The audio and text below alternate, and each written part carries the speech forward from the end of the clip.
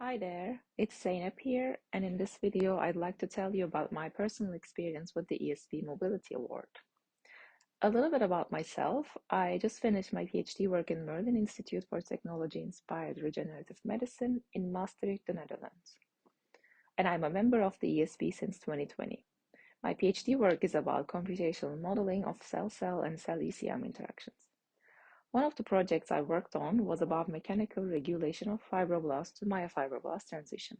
And for that project, I wanted to create a coupled agent-based model, finite element model. The only problem was that I just didn't know how to do this. So after consulting with my supervisors, I decided to look for a collaboration to learn how to make a finite element model and to couple it to my agent-based model. It was 2021 when I started this project, and I still had 2 years in my PhD contract. So it is important to start thinking about these early enough. And by the end of 2021, I found the target lab where I could learn this method, and I contacted them.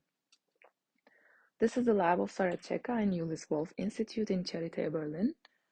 And I was lucky to have a positive reply from her, and we immediately started to prepare a proposal for the ESB Mobility Award. The call is always open for this award until May of each year, and they announce the winners during the annual congress. For details of the application documents and current deadlines, you can scan the QR code to go to the award webpage.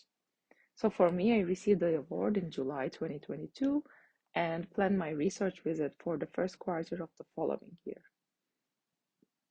3 months is a very short time when you think about a 4-year PhD, but those 3 months were actually maybe the most productive time in my PhD because I was focused on this one task of completing the finite element model and doing the coupling.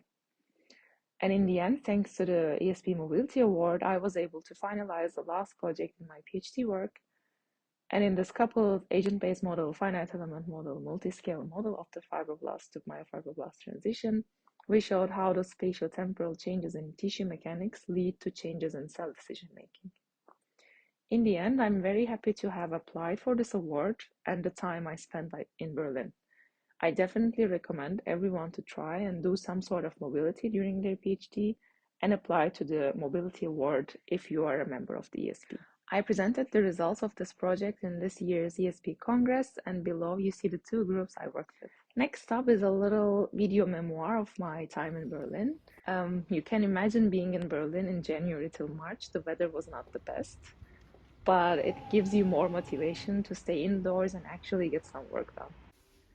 I was really happy to have a spot in the office, to be able to have coffee with everyone at the institute, attend the group meetings, and really experience life in a different research group. Things you cannot really experience remotely. Of course, this includes spending time with colleagues outside work, getting to know people, and sharing some lovely moments. Cheers and bye!